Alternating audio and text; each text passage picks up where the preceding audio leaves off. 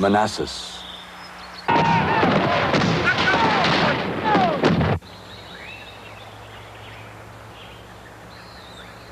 Antietam,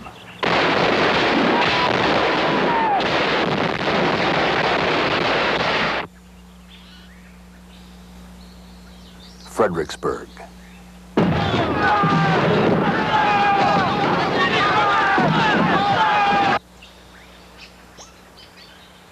Gettysburg,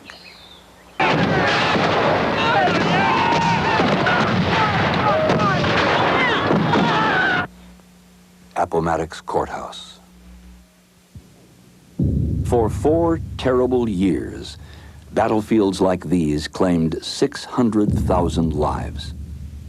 Consecrated with blood, these meadows and forests have become a permanent legacy of the heartache and heroism of the American Civil War. A Union hero of Gettysburg, Joshua Chamberlain of Maine, reflecting on the carnage, accurately predicted that legacy. Generations that know us not, and that we know not of, shall come to this deathless field to ponder and dream.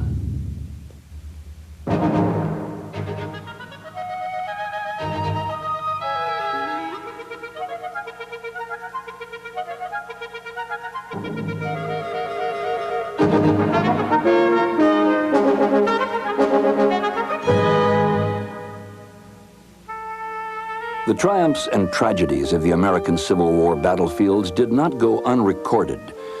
Just at the dawning of the photographic age, photographers, chief among them Matthew Brady, photographed the grisly results of the war between the states.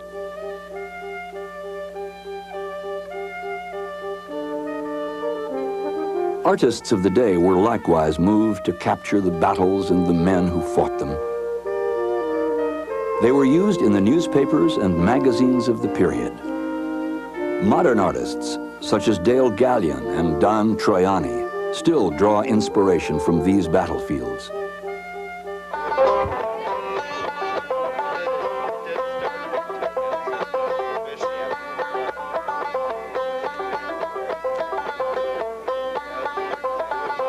But the battle scenes depicted in this program are troop engagements between men from a broad range of jobs and professions who are reliving history.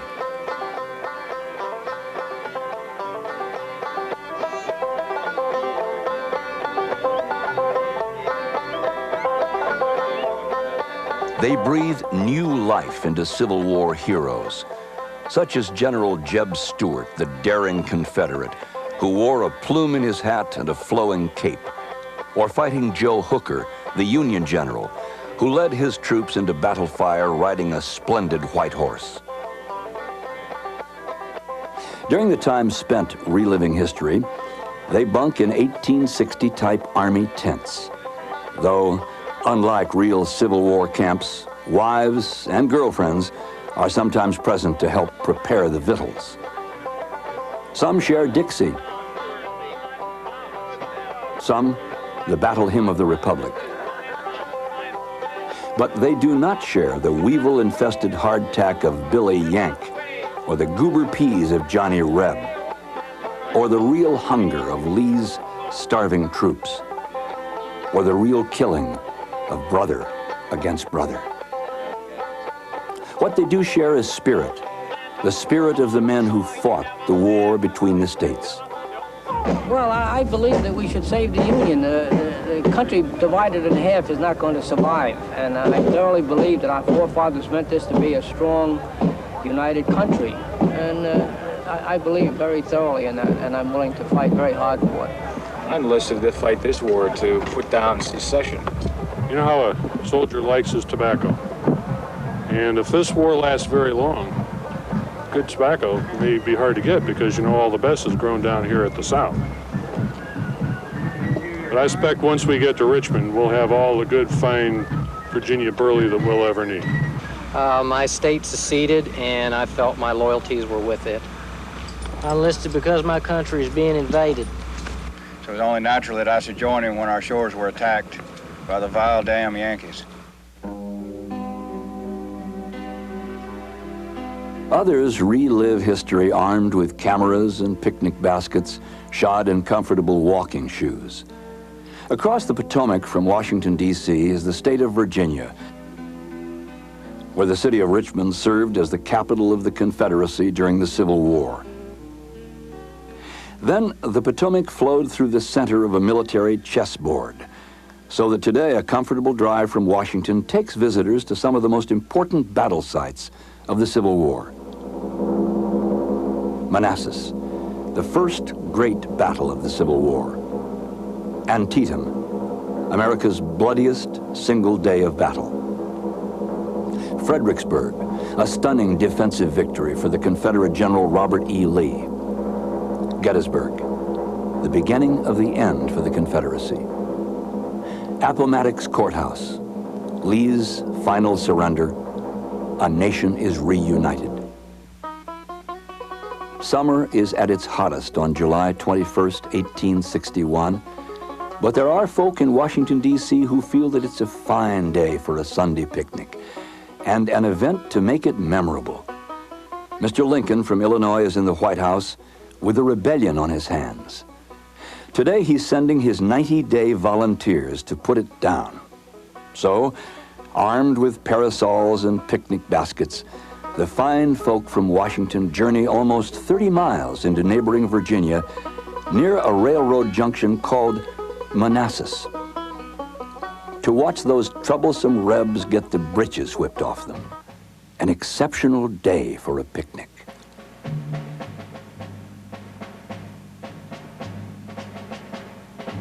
General Irvin McDowell is in command of the operation. He's under pressure to get this over with while his 90-day volunteers are still around for roll call. He has a roster of eager officers: Sherman, Custer, Ricketts, Burnside. This stream is called Bull Run. After a feigned attack at the Stone Bridge, McDowell is marching his volunteers 3 miles upstream, crossing at Sudley Ford. His plan is a good one. He will swing north of the rebels and engage their left flank. But his 90-day volunteers aren't trained for anything like this 14-mile march in the blazing sun. There are rumors that some of them stopped to chat with the Sunday churchgoers at Sudley Ford, and that on the march, they are breaking rank to pick wild blackberries. Well, it is a fine day for a picnic. McDowell plans a surprise attack, but his volunteers are too slow.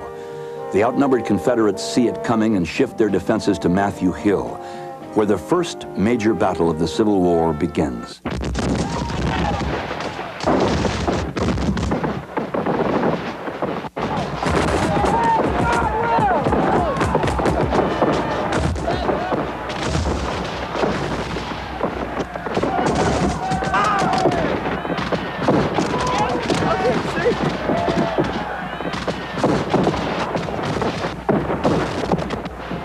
The rebels are pushed back.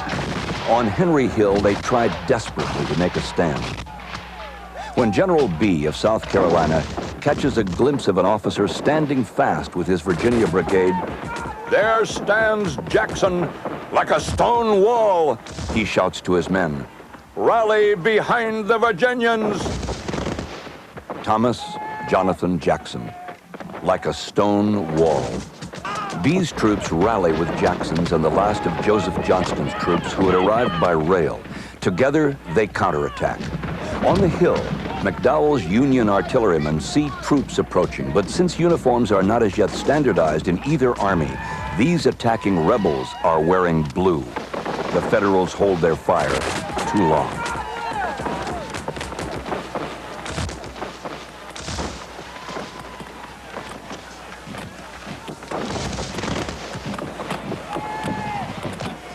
McDowell gives a command for disciplined retreat. But with untrained volunteers and inexperienced officers, retreat becomes a rout. Panicking, the picnickers clog the roads back to Washington, which are a welter of fleeing soldiers. McDowell's retreat becomes the Great Skedaddle.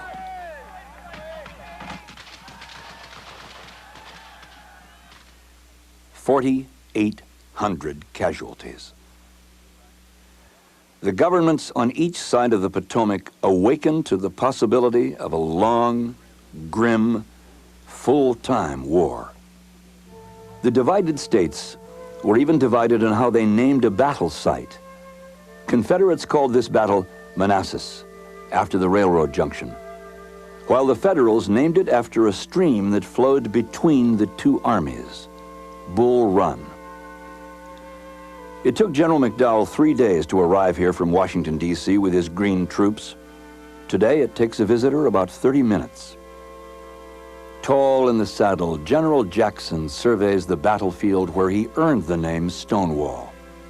Were he alive today, Jackson might find the heroic proportions of his monument, well, embarrassing. He wasn't very tall, somewhat unkempt, a picky eater. His field library consisted of 3 books: the Bible, a dictionary, and Napoleon's Maxims of War. Jackson's horse, Little Sorrow, was a scruffy animal that bore his master through all of his campaigns without a wound. Behind Jackson, the strong defensive line at the crest of the hill protected the Southern cannons that hit the oncoming Federals. These cannon, running out from the National Park's Visitor Center, now stand silent.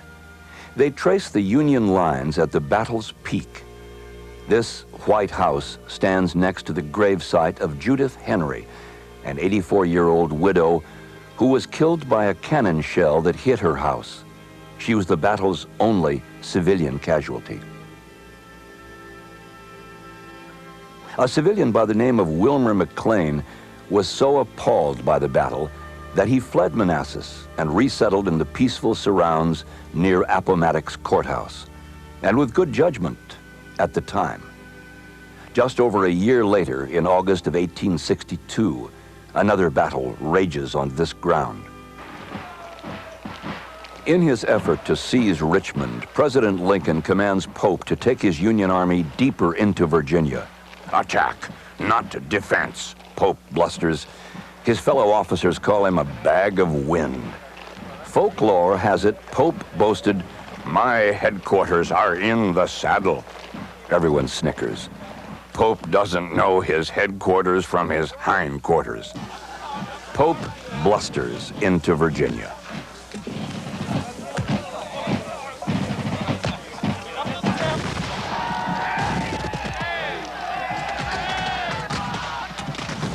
At Manassas Junction, Stonewall captures Pope's hoard of supplies and puts them to the torch, after his hungry men get a taste of such delicacies as pickled oysters and canned lobster. Stonewall deploys his men near Sudley Church, where an unfinished railroad cut provides an ideal defensive position. Boastfully, Pope means to bag the whole crowd. Federal troops advance in a 2-mile line across the field. The Union is gaining. By the end of the second day's fighting, some Confederates run out of ammunition. They throw rocks. But the tide shifts when Confederate General James Longstreet, his men call him Old Pete, deploys his divisions. Pope finds himself between 2 fires, Old Pete on his left, Stonewall on his right. Longstreet's men rush to attack, past Dogan House, which still stands today on its original site. More Confederates push past Shin House, where only a foundation remains. Pope's Federals are chased back across Bull Run, back to Washington, D.C.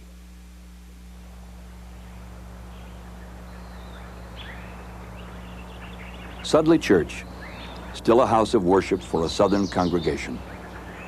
After the Civil War, it was rebuilt with the help of Northern donations, an act of brotherly concern.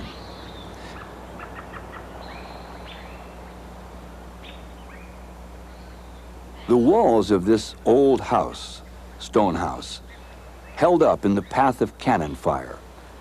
Through both of the year-apart battles, it served as a field hospital for the dead, dying, and wounded. There are few monuments in this battlefield of 490 men of the 5th New York Zouaves, 123 died here, the greatest loss of life suffered by a Federal infantry regiment in any Civil War battle. The South exulted in a second victory at Manassas, and Union General Pope, he had blustered, "Success and glory are in the advance. Disaster and shame lurk in the rear." 3 days after Second Manassas, Pope was relieved of command.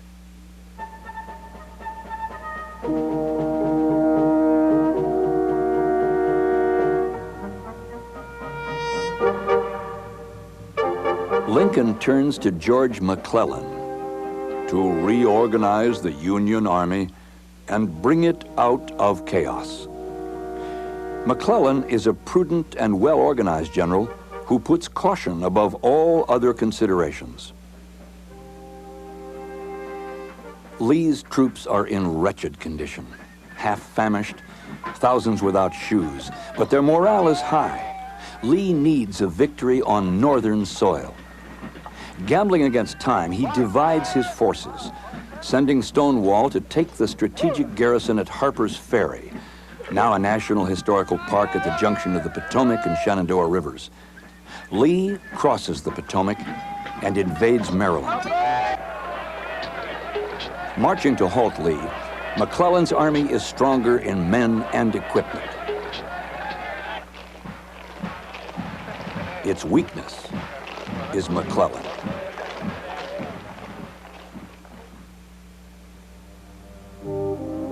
On September 13th, Lee's Special Order Number 191, containing his objectives, routes, and timetables, falls into McClellan's hands.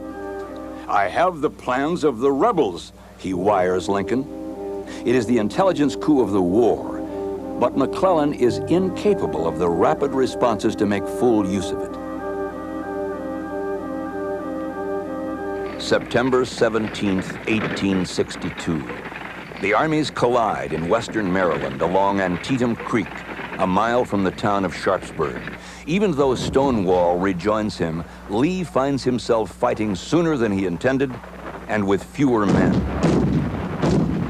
Fighting erupts like flash fires on 3 distinct sites: the Cornfield, Bloody Lane, and the Burnside Bridge.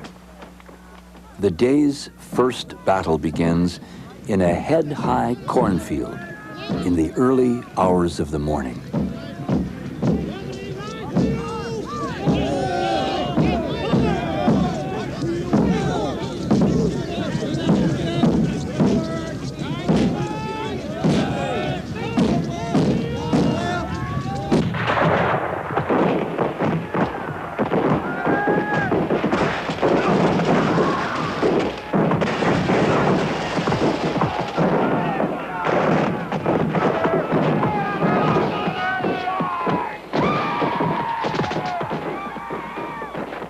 Again and again, the field is lost and recovered.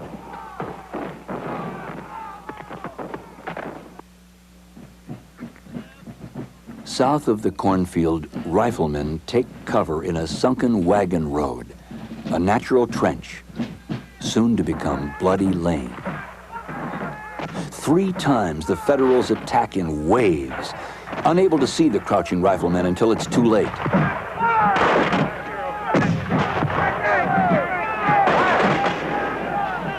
They fall as grain before a reaper until they succeed in flanking the sunken.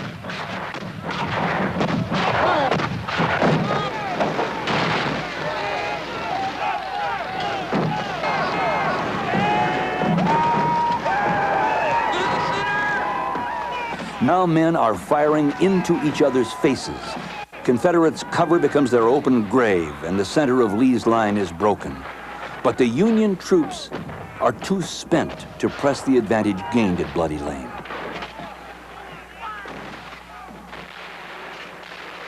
It is Union General Burnside's mission to advance his troops across Antietam Creek.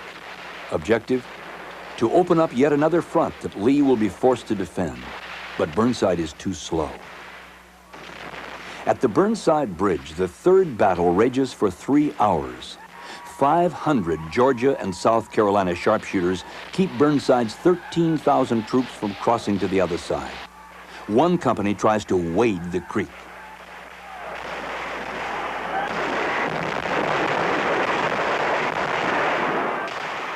By 1 p.m., Pennsylvania and New York troops succeed in taking the bridge. But the Federal advance is stymied by the arrival of reinforcements from Harper's Ferry. Militarily, Antietam is a stalemate. Clara Barton, pioneer of American nursing, is tending the wounded. Total casualties for the 14 hours of daylight: more than 23,000 killed, wounded, or missing.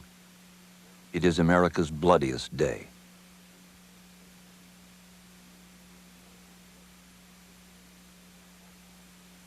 The names of more than 1,800 men buried at the small cemetery at the edge of Antietam battlefield are unknown. Presiding over the shaded lawn is a monument to the true hero of Antietam, the private soldier. The locals call him Old Simon. On the Antietam National Battle Site today, one can drive or stroll over ground that soaked up more American blood in one day than any other in these reunited states. A picket line of monuments stands where the Yankees and the Confederates fell like sheaves to the scythe. By noon, the cornfield had changed hands 13 times, a deadly seesaw.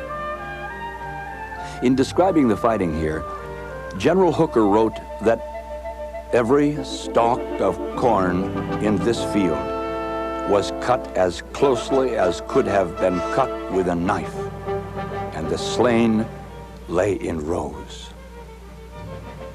In a gloomy aftermath of the battle, wounded soldiers wandered for days in the woods.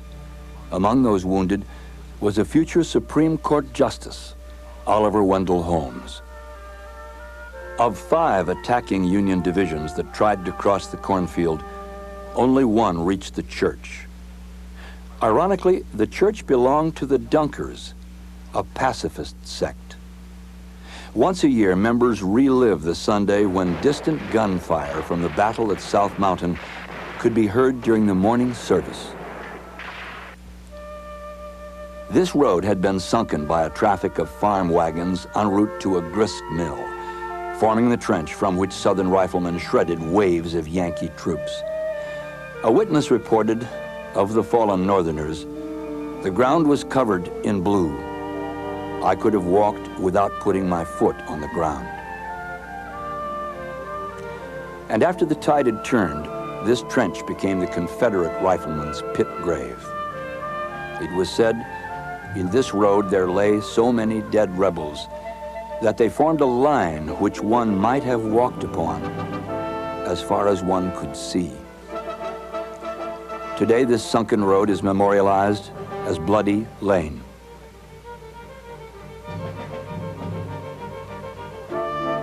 Standing here at Antietam Creek, one can see how only 500 sharpshooters kept the piecemeal attack of the almost 13,000 Federal troops from crossing this stone bridge. For one Union regiment, it took a promise of whiskey before they joined in taking the bridge. It is called Burnside Bridge now, after the general who commanded the troops that failed to cross in time. Had they done so, Antietam might have been a decisive Northern victory. President Lincoln, however, considers Antietam a moral victory for the North, and seizing a political opportunity, uses the occasion to announce his Emancipation Proclamation. The war over states' rights becomes a crusade against slavery. President Lincoln, a consummate politician, was also a man of heart and felt deeply for the common soldier, North and South. One could hear this war's heartbeat in a flurry of songs. More songs turned out than for any other American war. Songs heating the blood and cooling the homesickness. songs easing the tedium of training camp routine.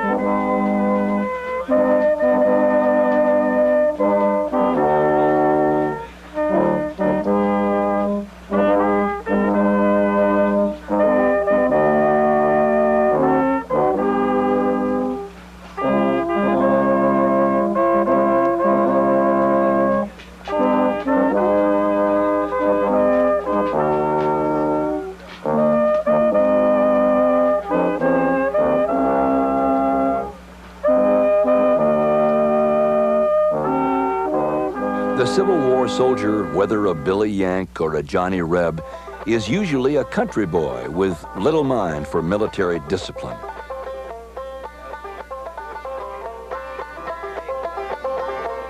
His infantry weapon is an Enfield or Springfield muzzle loader with a rifled bore, usually of .58 caliber. Effective range, 250 yards.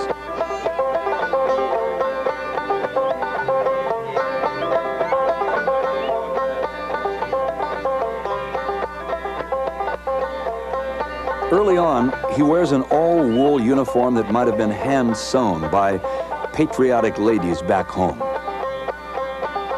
Meals are a chore. Since the Army doesn't enlist cooks, the soldier's on his own. He prepares rations of salt pork, beans, potatoes, and flour, as best he can. Rations are coffee and hardtack, or cornbread. Most of the time he sleeps in a tent, combs his hair with a tortoise-shell comb, and mends his socks from a kit he calls a housewife. Like soldiers in every war, he enjoys pin-ups, daguerreotypes from Paris, France, or cutouts from ladies' fashion catalogs. He is known to gamble, poker or dice. If he enjoys reading, he'll devour the camp newspaper or a penny novel. But at a rumor of marching orders, for some, it's the Bible that he reads.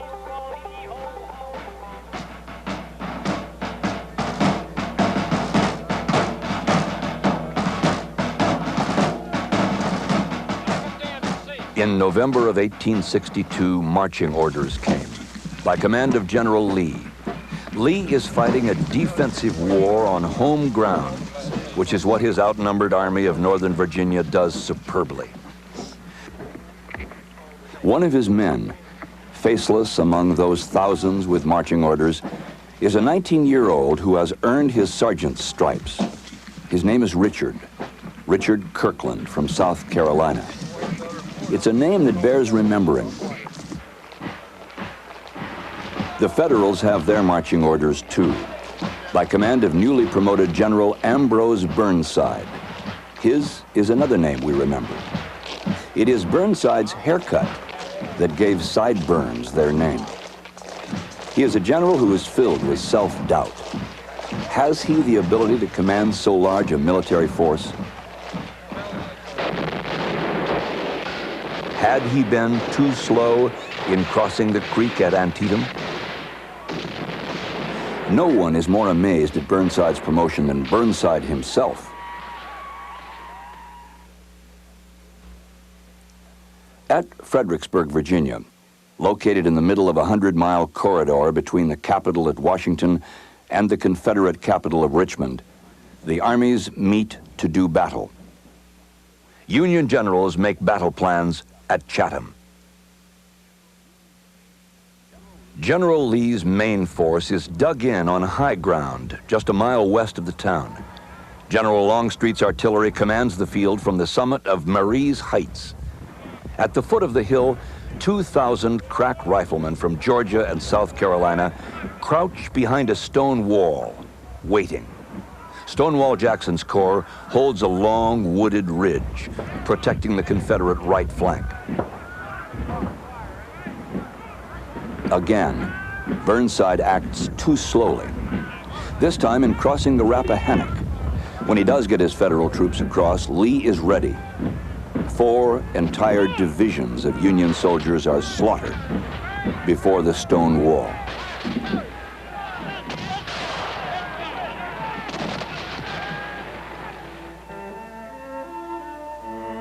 Fredericksburg, Virginia is an easy drive from Washington, D.C.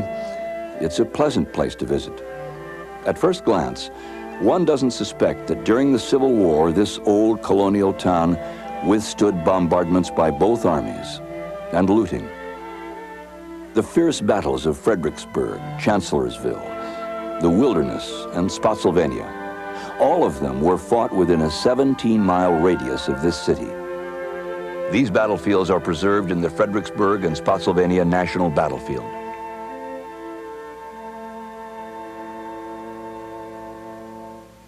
Presidents Washington and Lincoln were entertained here. Chatham, an elegant colonial mansion. It was already 90 years old when Union generals commandeered it as a command post.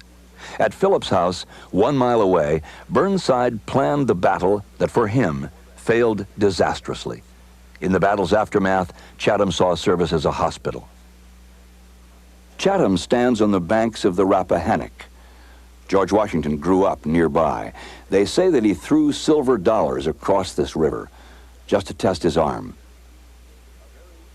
A very able Union general, George Meade, attacks here. At first he gains ground, but Stonewall Jackson's reserves and Confederate artillery are too much for him.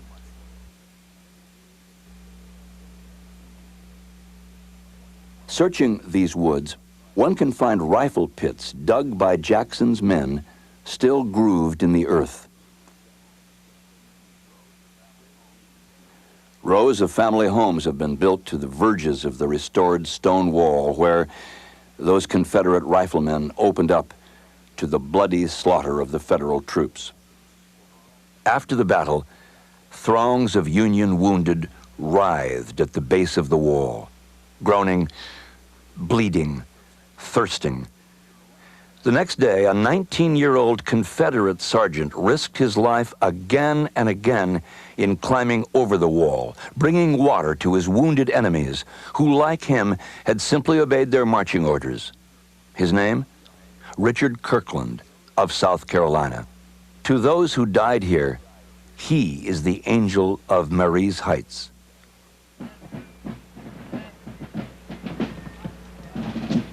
Burnside is replaced by Fighting Joe Hooker. In May of 1863, Hooker encircles Lee with Federal forces and plans to strike from the rear. The two armies confront each other 10 miles west of Fredericksburg at a country crossroads called Chancellorsville. Boldly, General Lee divides his army, sending Jackson's 30,000 men on this narrow country lane across the entire Union front.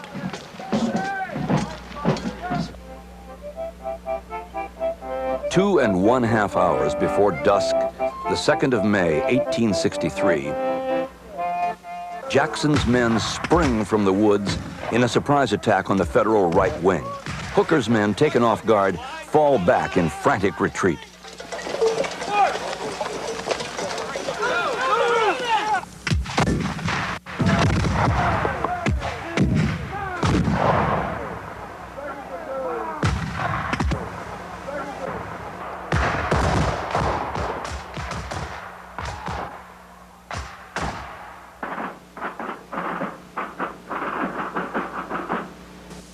Lee has a smashing victory. Today at Hazel Grove, the cannon that fired toward the Chancellorsville clearing are mute.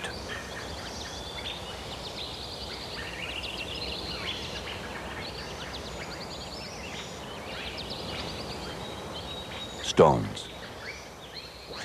The remains of the foundation of Chancellorsville, the roadside inn where Fighting Joe Hooker was stunned by a cannon shell that shattered the pillar he was standing near. These woods haven't changed much since that night that Stonewall Jackson was spurring his horse back to his own lines after inspecting the front. It was almost dark. Some of his own men mistook him for enemy cavalry. Jackson fell. When the mistake was discovered, he was jostled in a horse-drawn ambulance for 27 miles to this building, a plantation office. He fought his last battle here, against the mortal wounds and against pneumonia. He lost.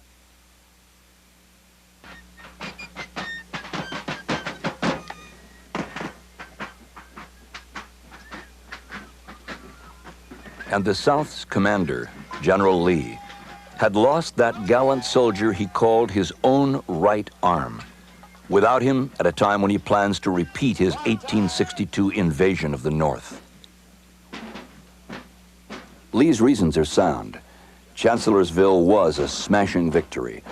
A successful invasion now will encourage the peace party of the North to press for peace terms, and might earn for the Confederate States diplomatic recognition by Queen Victoria and Louis Napoleon.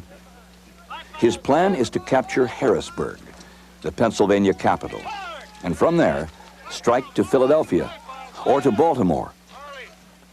Foreseeing the threat, the governor of Pennsylvania clamors for 50,000 volunteers for the state militia. Heading a hungry army, Lee invades. General George Gordon Meade, newly appointed commander of the Union Army of the Potomac, moves in for the defense. The Confederates succeed in cutting the telegraph lines between Washington, D.C. and its army. For General Meade, rumors supplant Army intelligence. But Lee himself is blindfolded by lack of information on the concentration of Northern forces. His peerless cavalry leader, Jeb Stuart, has gone off on a fruitless ride for glory around the entire Union Army. On a torrid July 1st, 1863, as if by accident, Union and Confederate forces collide in the area of a crossroads town where neither Lee nor Meade planned to fight. Gettysburg.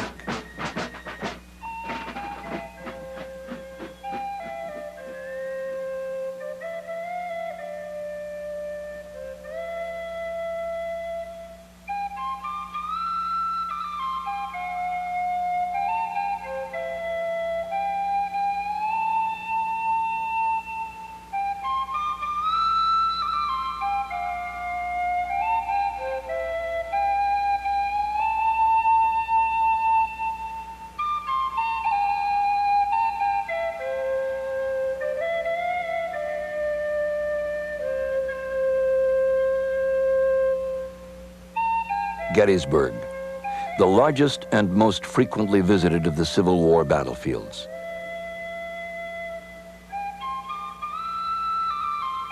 Four months after the battle, President Lincoln, at the dedication of the Soldiers' National Cemetery, said,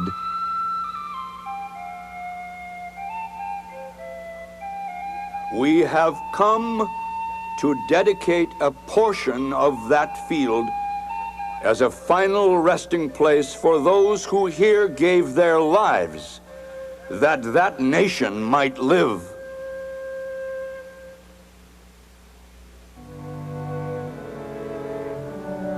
Now it is occupied by a standing army in metal and stone.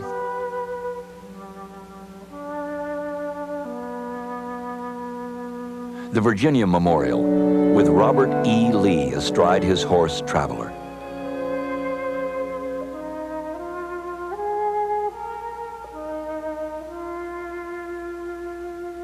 A monument memorializing the name of every Pennsylvanian defending the soil of his home state.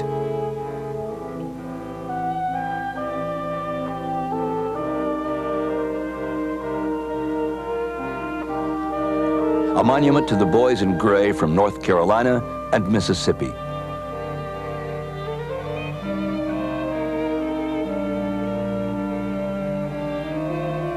This is John Burns, a 72-year-old Gettysburg cobbler who was not about to stand by while his hometown was being invaded. He shouldered his musket and fought beside the boys in blue. He was wounded 3 times and lived 9 more years to tell about it. This monument was dedicated by President Franklin Delano Roosevelt in 1938. It is a monument to peace, the only one on a Civil War battlefield.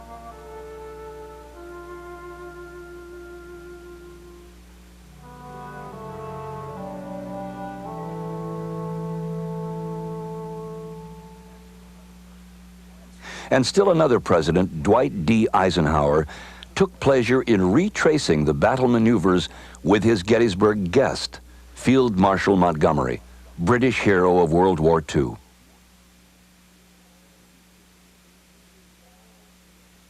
It is all here.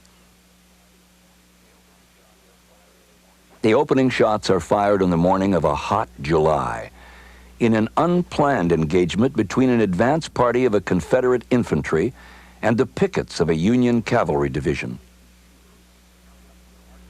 Troops coming up from the rear converge on Gettysburg from every direction. Union forces arrive from the south, and Confederate forces arrive from the north. Now Confederate General Early attacks General Howard's flank, throwing the Union 11th Corps into a rout. The Confederates press the Union 1st Corps from Seminary Ridge, and the Corps retreats to Cemetery Hill, aptly named considering the day's casualties. By nightfall, the Confederates are 10,000 troops stronger than the Federals. But within hours, Meade swells the Union forces by 3 more divisions. On the second day, Lee is determined to keep on attacking. From north and south, he strikes at both enemy flanks. His attack on Culp's Hill fails. Meanwhile, on the south flank, without permission, Union General Dan Sickles moves his entire corps of Union defenders dangerously forward, positioning a line extending from a peach orchard to a rugged area of huge boulders. Both of his flanks are exposed. None too soon, the Confederates assault. The fighting raw, fierce, cruel. The Wheatfield, Devil's Den, the Valley of Plum Run, which ran red with blood, and the slopes of Little Round Top.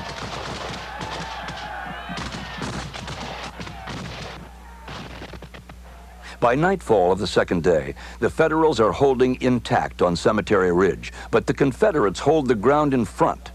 Devil's Den, the Wheatfield, the Orchard. The third, destined to be the final day's battle, begins, to use Lee's words, in the early gray of the morning.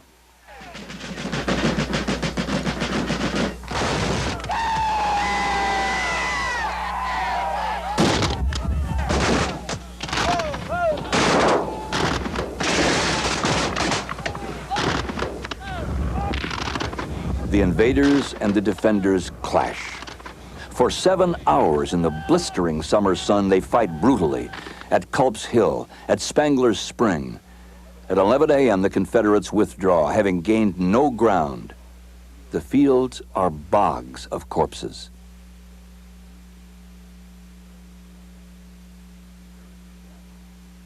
There is a shadowless noonday lull, and a cloying stench of unburied heroes and rotting horseflesh.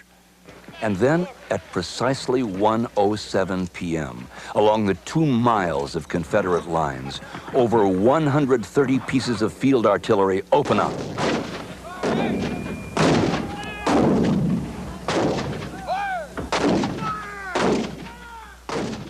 The Federals respond with an 80-gun cannonade.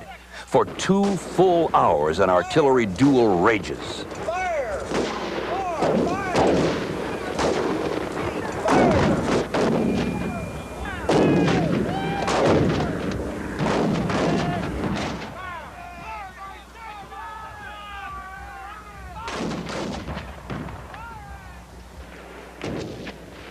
Along this broad front on Cemetery Ridge, the target Yankees, hugging the ground, escape annihilation. Lee's cannoneers, blinded by smoke and dust, are aiming too high to wipe out their enemy. Against the advice of his aides, Lee targets the center of the Union line. The attack, he warns, must succeed.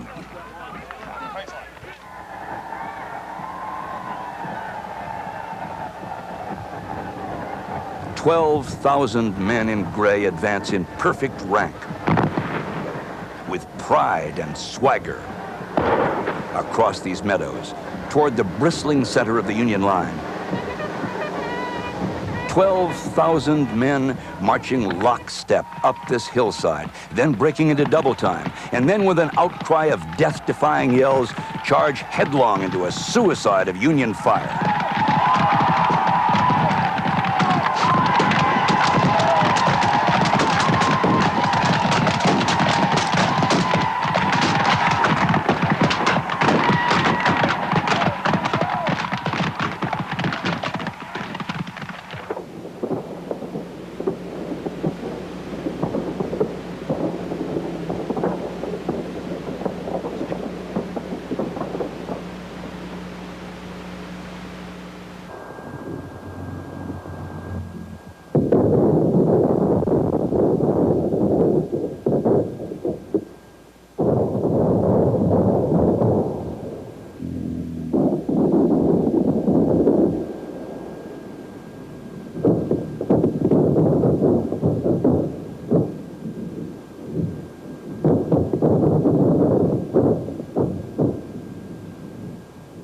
Pickett's charge fails, and the Union holds.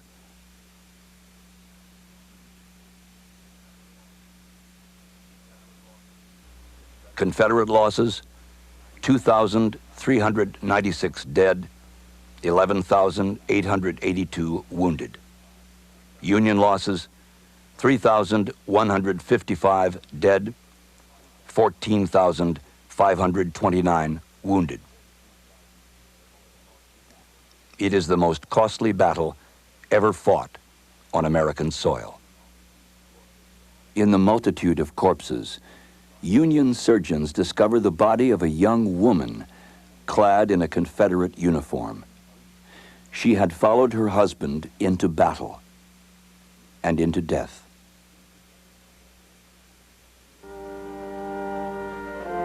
This ill-advised charge, some may call it foolish if not stupid, has inspired more painters and poets than any other action of the war. They see in these doomed men of Pickett's charge tragic gallantry, a final gasp of knighthood, where devotion to a cause could overcome all opposing forces, no matter how overwhelming, where courage alone prevails. The wilderness, just a few miles from the Fredericksburg battlefield.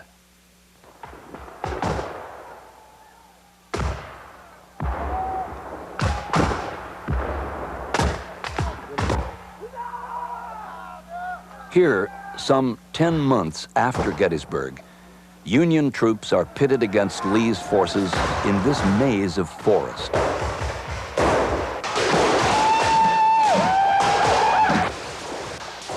Every cursing soldier becomes his own general. Some men shoot their own comrades by mistake. Though this battle ends in a draw, the Union Army does not pull back as it always had.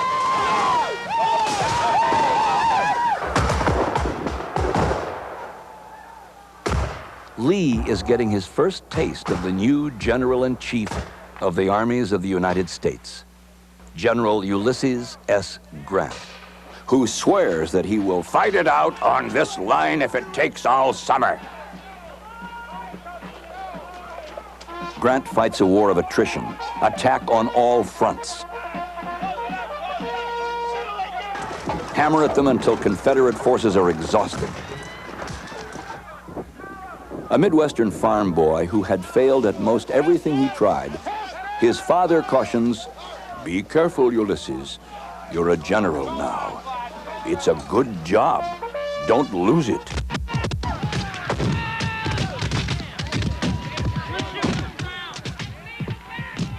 Lee turns to fight again, 8 miles south at Spotsylvania. Bullets fly so thickly that they topple trees. The two armies grapple with each other savagely, hand to hand, from these trenches. They are known as Bloody Angle now. They mark the beginning of trench warfare. But this time, it is Lee who pulls back. And back. Lee is warned by his own staff. That man will fight us every day and every hour until the end of the war. June 2nd, Battle of Cold Harbor. Winter of 64-65, Siege of Petersburg. March 30th to April 1st, Battle of Five Forks. By April of 1865, the Confederacy is beaten.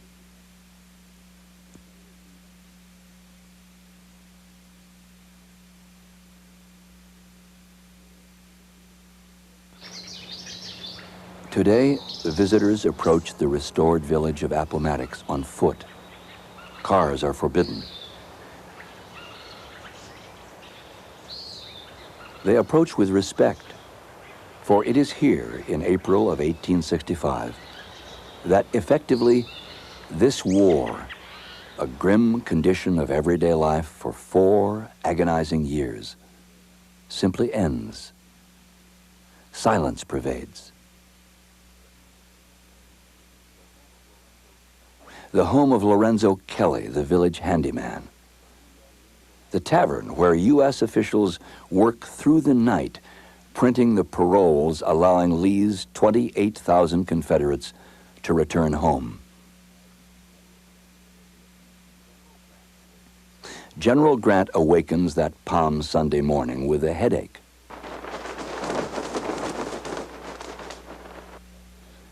An aide discovers him pacing outside his quarters, holding his hands to his head.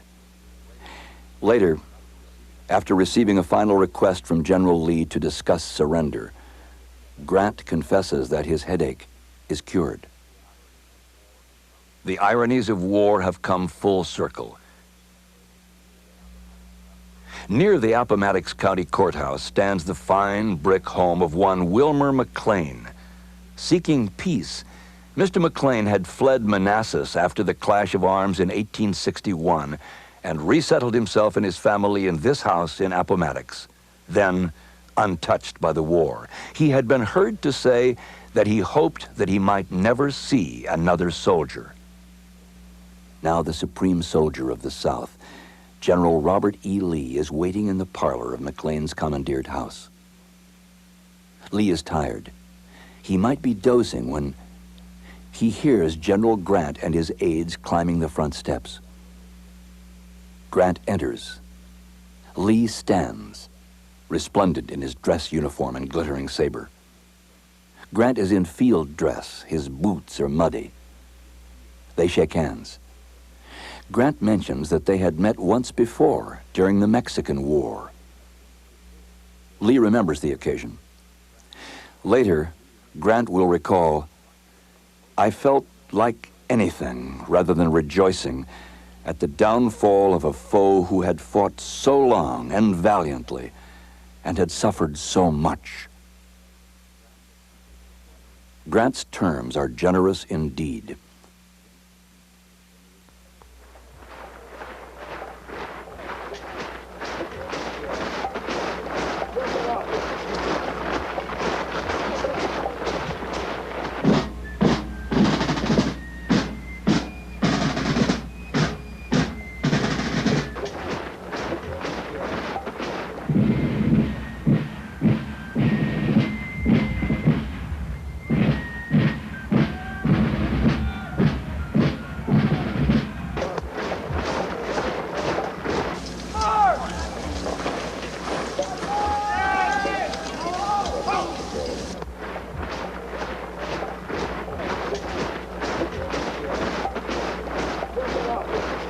But when Lee's scarecrow army learns of the surrender, There are men who smash their rifles, officers who break their swords,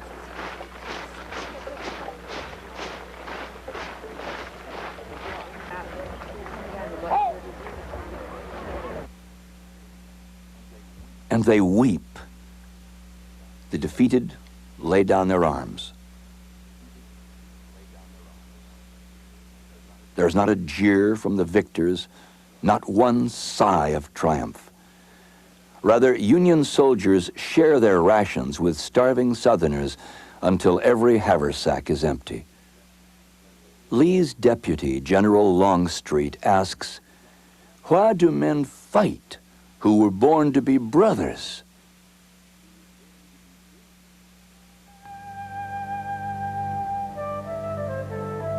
Lee, the gentleman soldier of the past.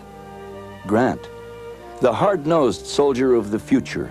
Each fought the other with honor, with cunning, and with great respect. But in the 4-year rending of a nation, the Union dissolved, the Union preserved. It was this giant who was the bedrock antagonist of Robert E. Lee and his ideals.